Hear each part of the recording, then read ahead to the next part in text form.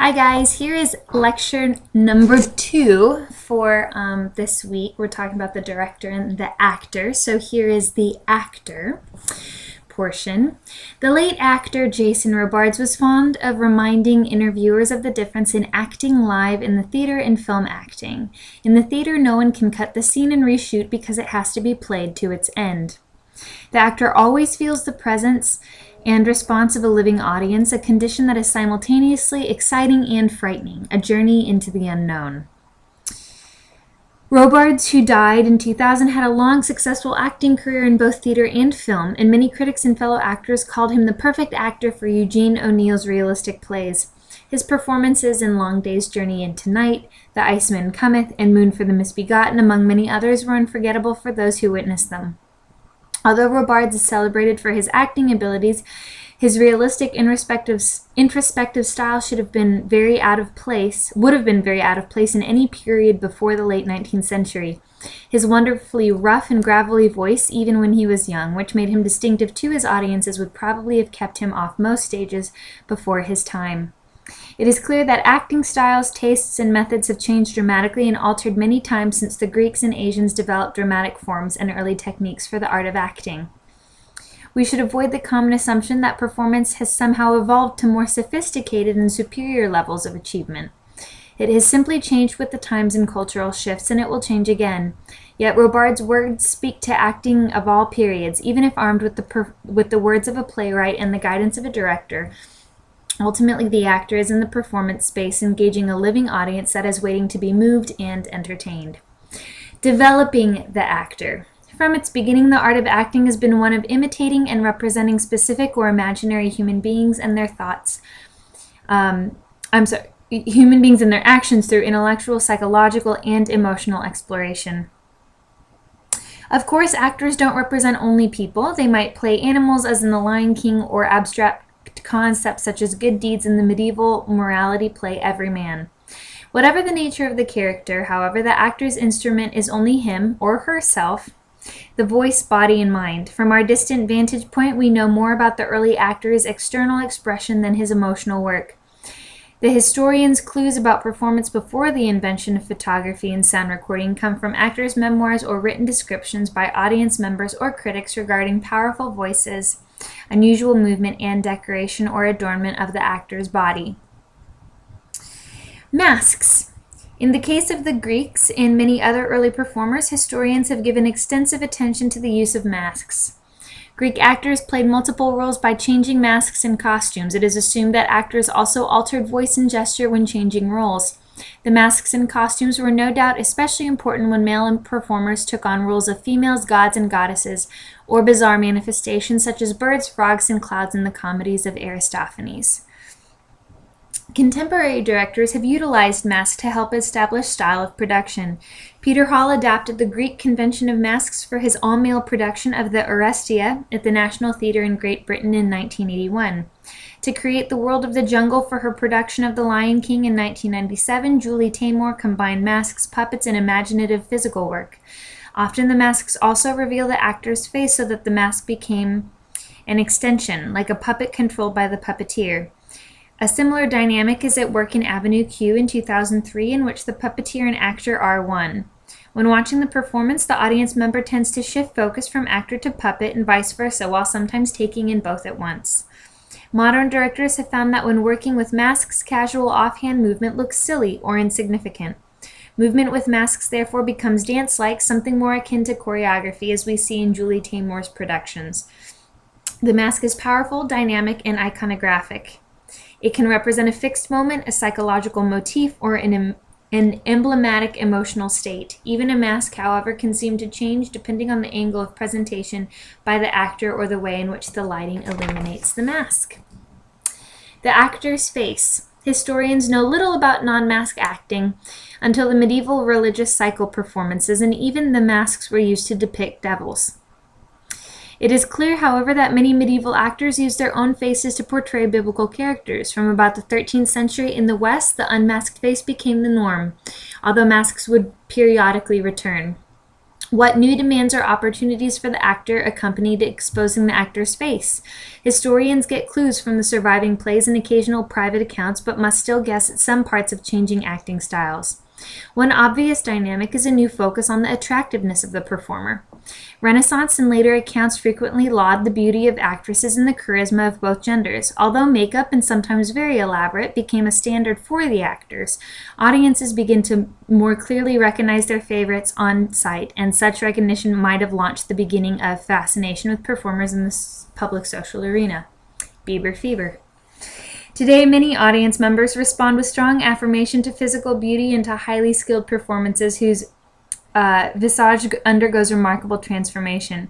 It is easy to see the importance of facial expression in the works of modern pantomime artists who rely on physical expressiveness and do not use their voices in performance.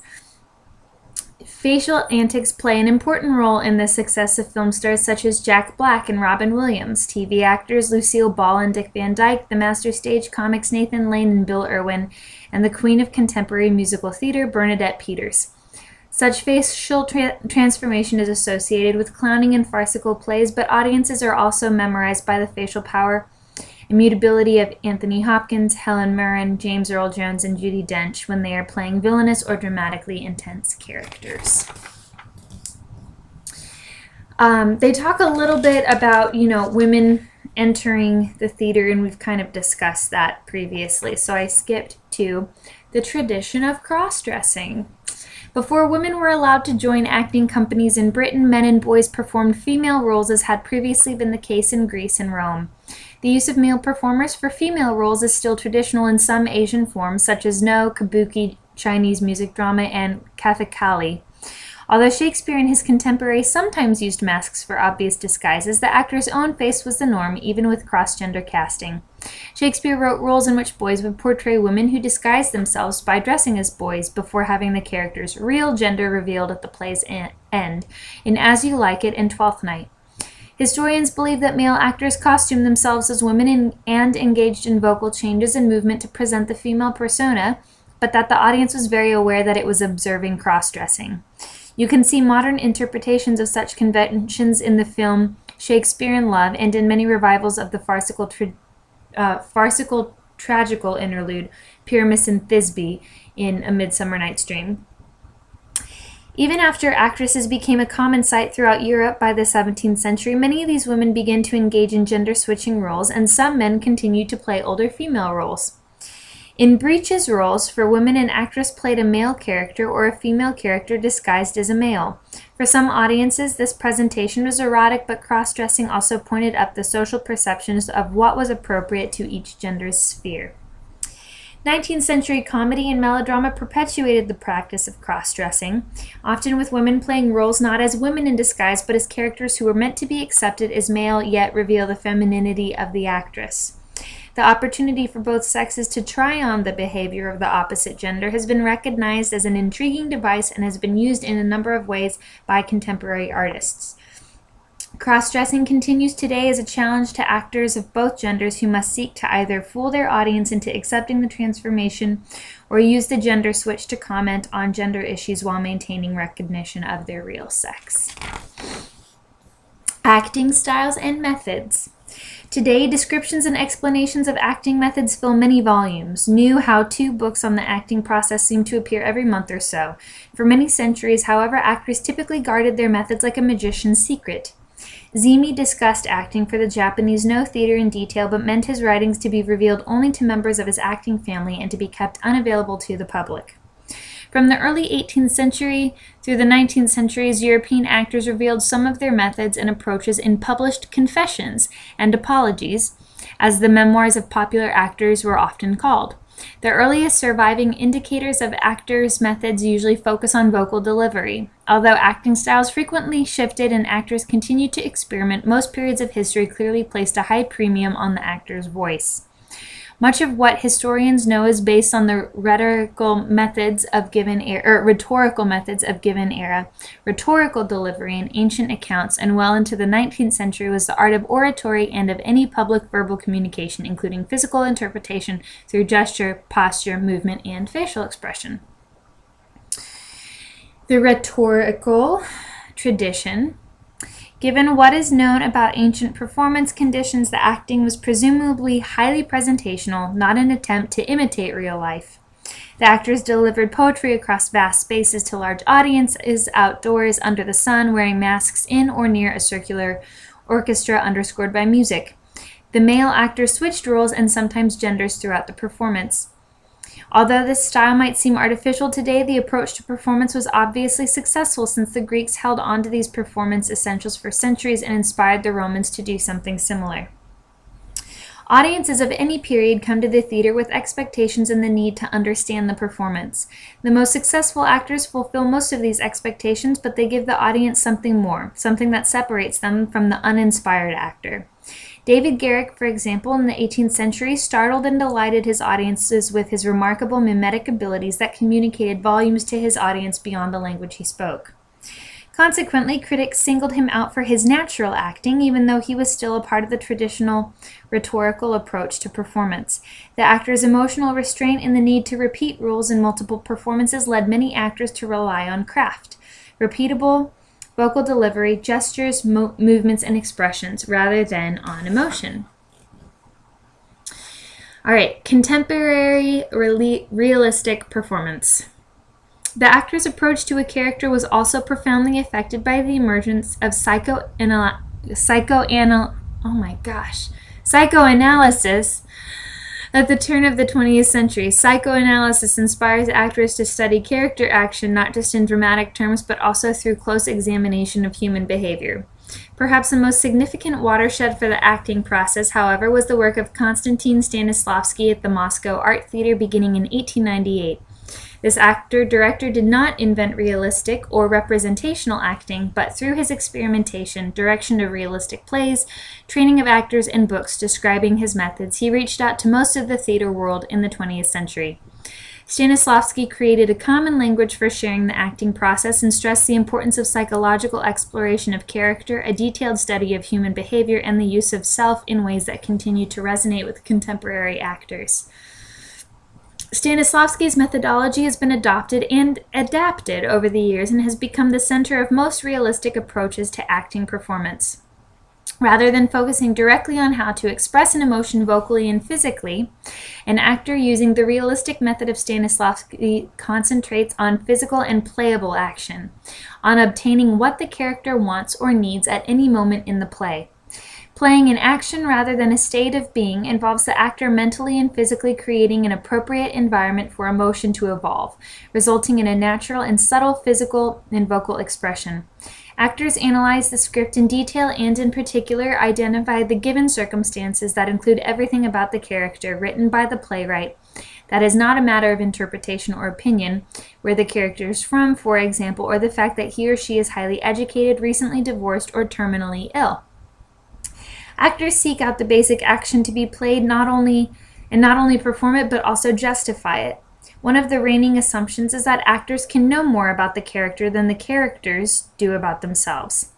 Actors play character objectives, or goals that are important, logical, even vital to the character's actions, needs, desires, and state of mind, as if the character were a real person.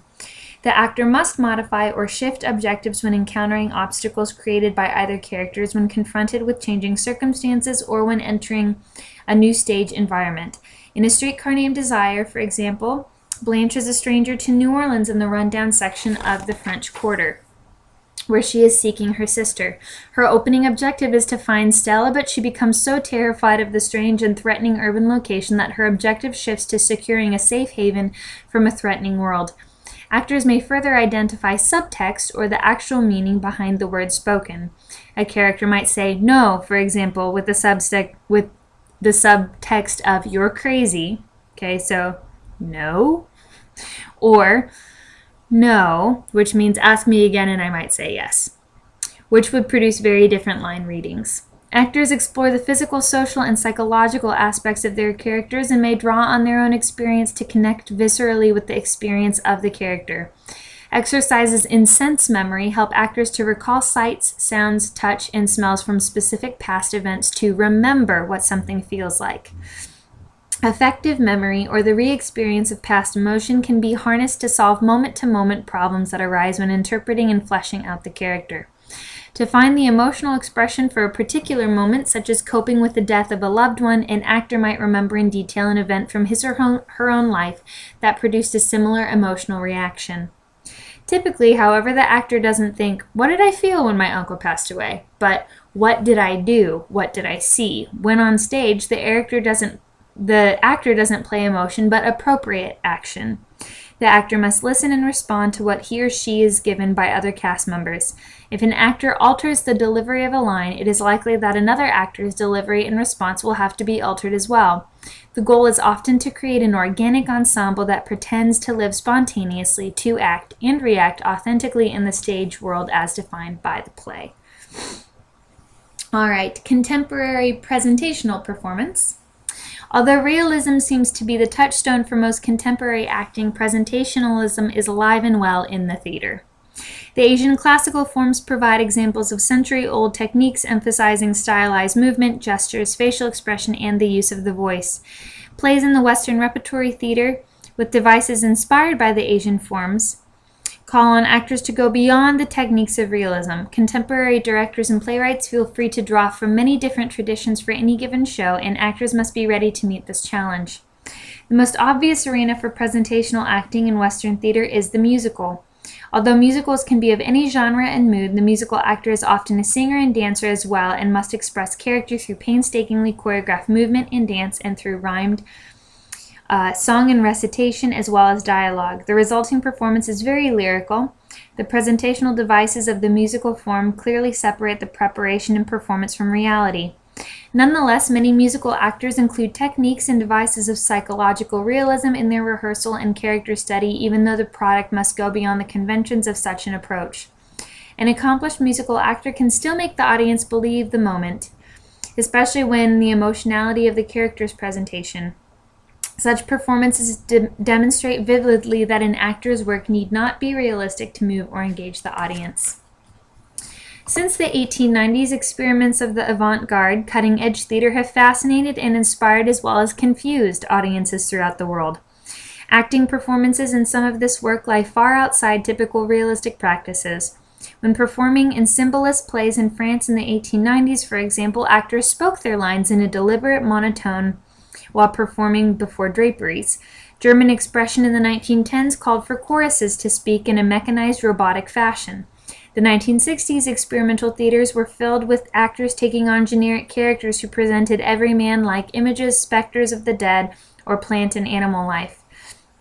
Characters shifted through planes of existence and time. In writing for alternative theaters, one playwright, Megan Terry, in plays such as Calm Down, Mother, even calls for transformational acting, whereby actors instantly shift from one character to another without any exit, costume change, or other realistic device.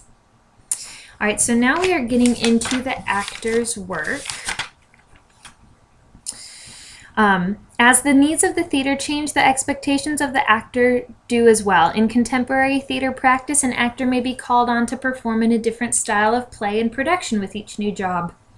Actor training. Before the early 20th century, most acting methods were taught with an apprenticeship system, as were many other trades. A young person accepted into a theater company began playing walk-on roles, or roles with few lines, and learned by watching other actors perform and receiving instruction on a need-to-know basis. This basic approach is still alive in Asian classical forms such as kabuki, in which actors begin training as children, learn a particular type of role, and graduate to increasingly difficult parts as they mature and demonstrate their proficiency. By the 19th century in Europe, many state-subsidized theaters had schools attached, but these were basically an extension of the apprenticeship system, with experienced company members instructing and demonstrating for younger performers. Today, actors develop their bodies by taking movement classes specifically designed for actors, as well as dance, stage combat, and martial arts instruction. Excess tension inhibits free expression. Breathing and physical relaxation exercises are therefore important in freeing both the body and the voice.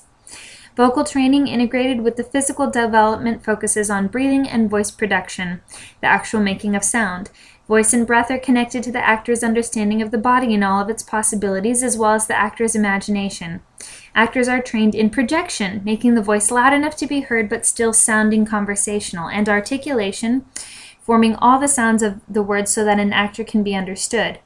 Learning the International Phonetic Alphabet, a system of specific symbols representing individual sounds, helps actors to both analyze their own speech and reproduce different dialects and accents.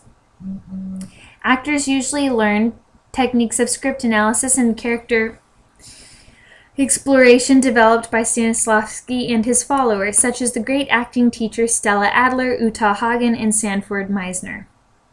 They may be taught detailed analysis of text and given practice speaking verse. Students are trained in careful observation of human beings and other animal life.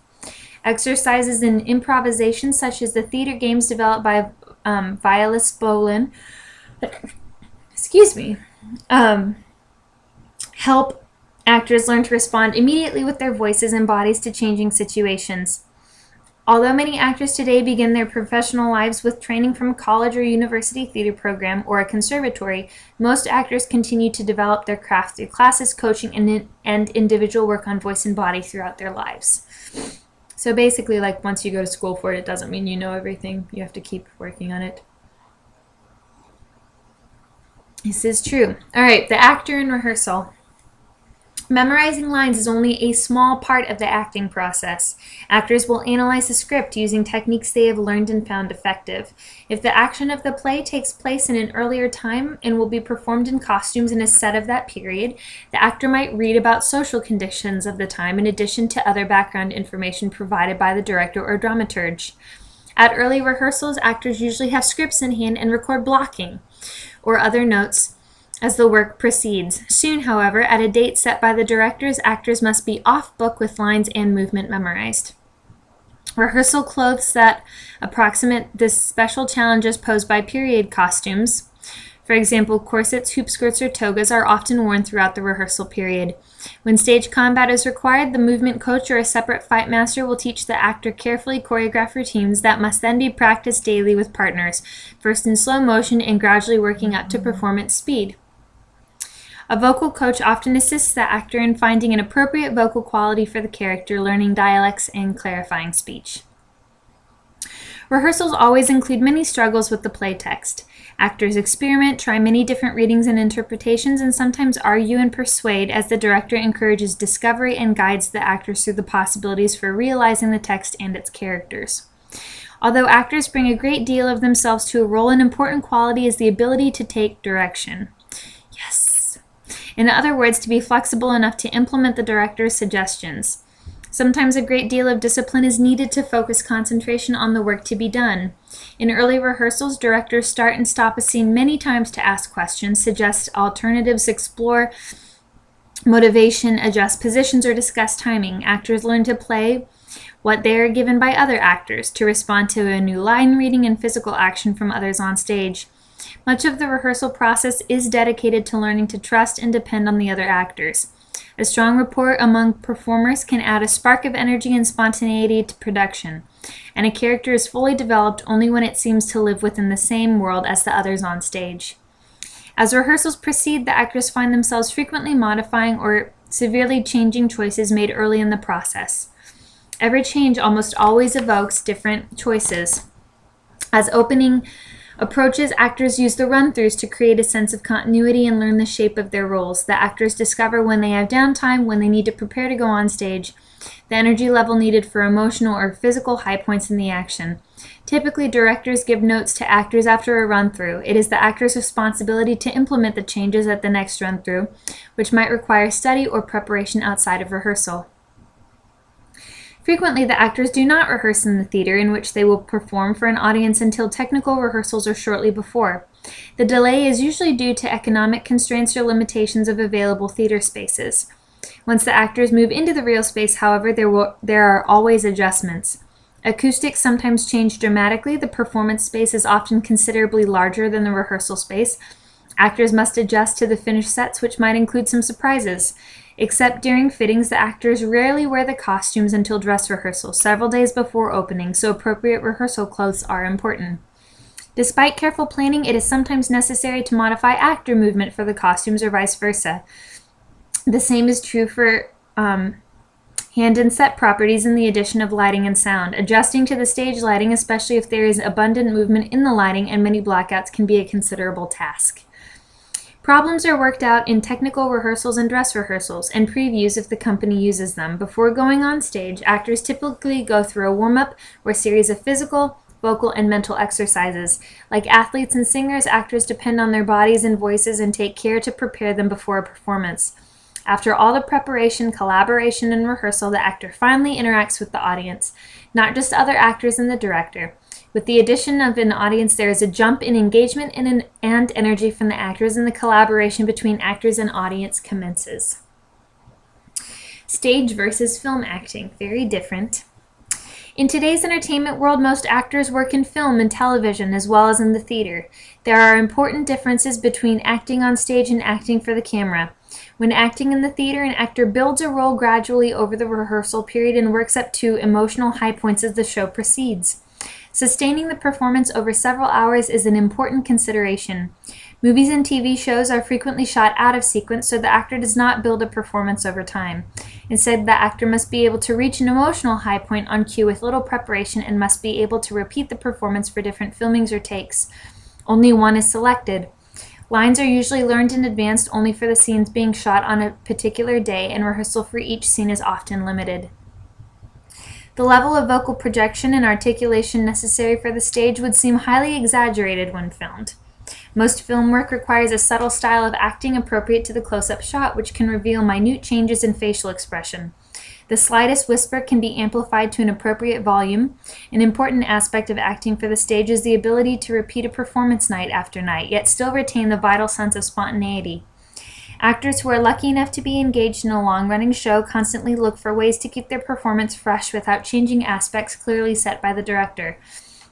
Although each kind of acting has its own problems and rewards, acting on stage has the advantage of immediate communication with the audience during the performance. The professional actor. The life of a professional actor can be exciting and precarious, emotionally overwhelming or exhilarating. The professional actor needs to be steeled for the possibility that he or she might always have a day job. Most actors frequently find themselves unemployed or between gigs, or at liberty, as actors called it in the 1920s.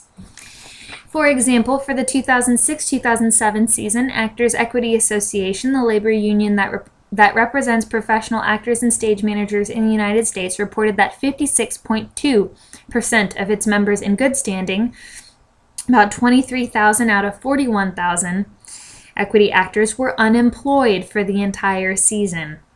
Of the 17,961 who worked, only 2,000 of them were working in an average week. The median income from stage acting for all equity actors that season was only $7,200, a figure slightly better than the report of the 2003-2004 season.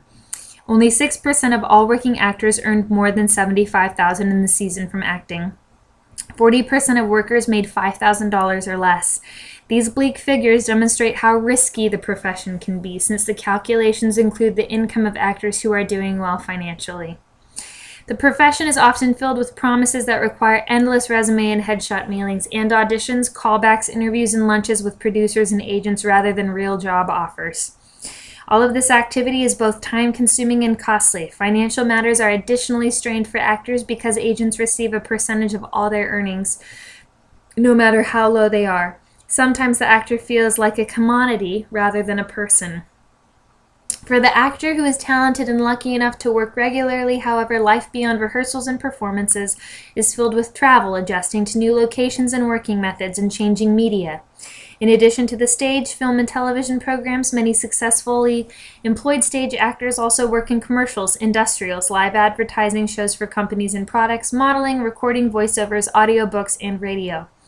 Through it all, many actors continue their own training in private studios and teach younger actors. Actors must read and not just submit play scripts, engage in observation of people, and go to the theater when not performing. The actor has not yet reached the level of consistent employment. The actor who has not yet reached the level of consistent employment might ask, how much time do I give myself to make it? The question is tricky because most actors spend years trying to get in the proverbial door. Professional acting is a crowded business with many casualties. Only the determined and the talented should apply. As things now stand, there's no shortage of young actors willing to make the sacrifices and take the risks. Not meaning to be a Debbie Downer. It is hard, though. It is hard. So, anyway, yeah. Directing and acting. Please respond to both discussion questions, and we will trek on.